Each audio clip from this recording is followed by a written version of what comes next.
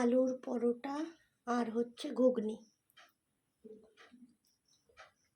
কাঁচা পেঁয়াজ, সেই স্বাদ কি বলবো গাইস তোমাদের, দুর্দান্ত স্বাদ। খাবা? অনেক ঝাল, তোমরা খেতে পারবা না।